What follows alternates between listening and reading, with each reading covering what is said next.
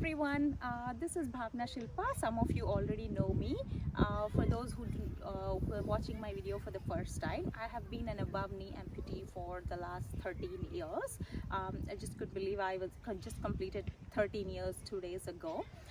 So today I want to talk about my recent beach visit.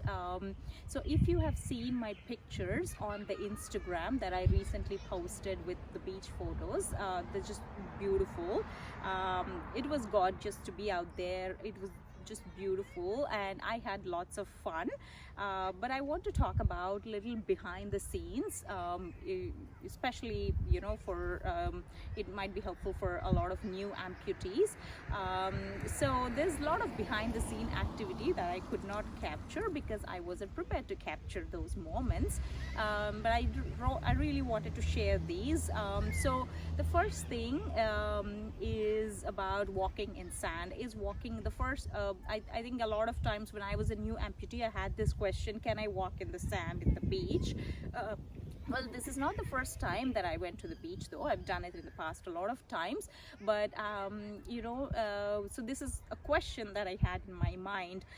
So the walking in the beach, in the sand, I mean, is of course takes little extra power and extra effort than a normal surface, than a normal flat surface. But I want to remind or remember that even people with two legs have difficulty walking in sand than a normal flat surface. So it is the same. So you be prepared with whatever you need. If you need an extra assistive device like a walking stick or something, that might just help. And then this next thing I want to talk about is, does the processes hurt when you walk in sand more than if it's more than a normal surface? If you have any sore spots, or if your socket fitting is already having issues or anything like that, you're gonna have the same thing probably. But just because it's a sand beach, you're not going to have any new problems, which is what I experienced. But then the fitting is a variable component which we have to deal with on a daily basis. So there is always this chance that the volume changes and the fittings keeps changing. So be prepared with that. And then the third thing I want to talk about is my leg a waterproof leg? Well, no, it's actually not a waterproof leg, but all the legs, they can take a little bit of water in general. Of course, I don't want to immerse the whole leg into water. I have actually immersed the whole leg into water in the past.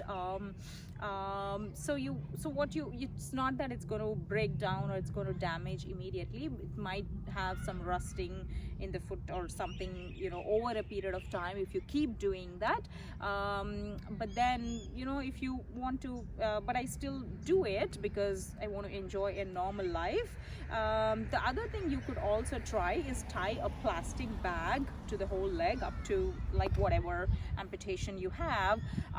That way you can restrict some water. But then when I tried that, the bag really didn't last for more than a minute or two because of the force of the tides. So if you have some bag that can that can stay for a longer time, of course that's an option that you can try.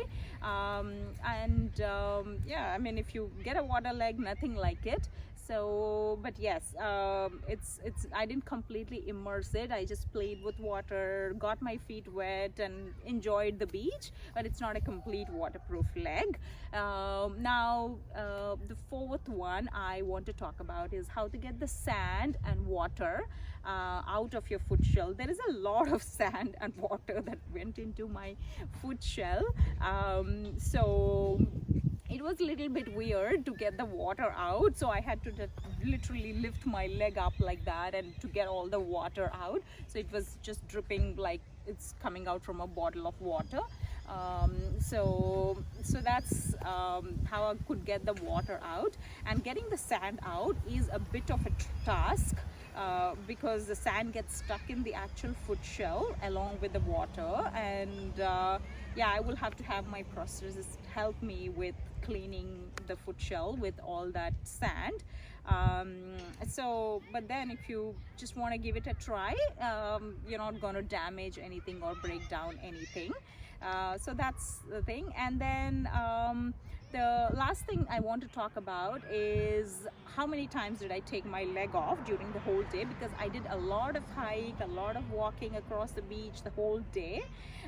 So I did take off my leg because the actual sand even went into my socket, so I could feel there's like a lot of sand in there. So I took off my leg whenever I felt a little uncomfortable, because there was also a lot of sweat due to the humid weather. So I had to take that off, wipe that nicely and put that back on. So that's how I got all the sand out of it. But I also took my leg off like, you know, another, like, I think couple of times even when I was coming back. So be prepared for that. If you you might have to take your leg off 1 or 2 times if you plan for a full day, so be prepared for that. So that's that. Yeah, I hope this is helpful. And then also make sure, one thing I want to remind is never compare yourself to any other amputees, because we know the amputation is so different for each person. So it takes a lot of practice to do what I'm doing now, because I have been doing this for years. I'm able to put the content out there. So remember, whoever is putting any content out there is doing it multiple times, and they only share it when they're absolutely confident about it. So just remember that it's not the first time that they are doing it, and take your own time, go at your own pace if you want to try something new. So that's about, I hope this is helpful, and have a great day.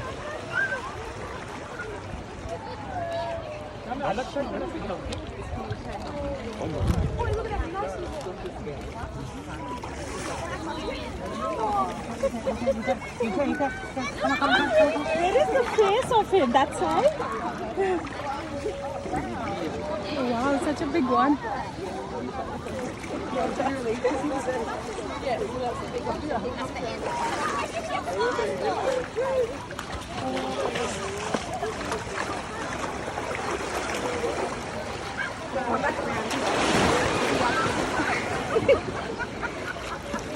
Sorry, I hit you in the... No, you're fine.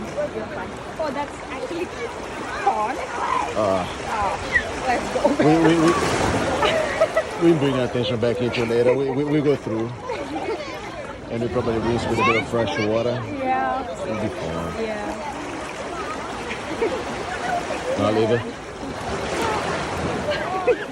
Okay. We'll go back.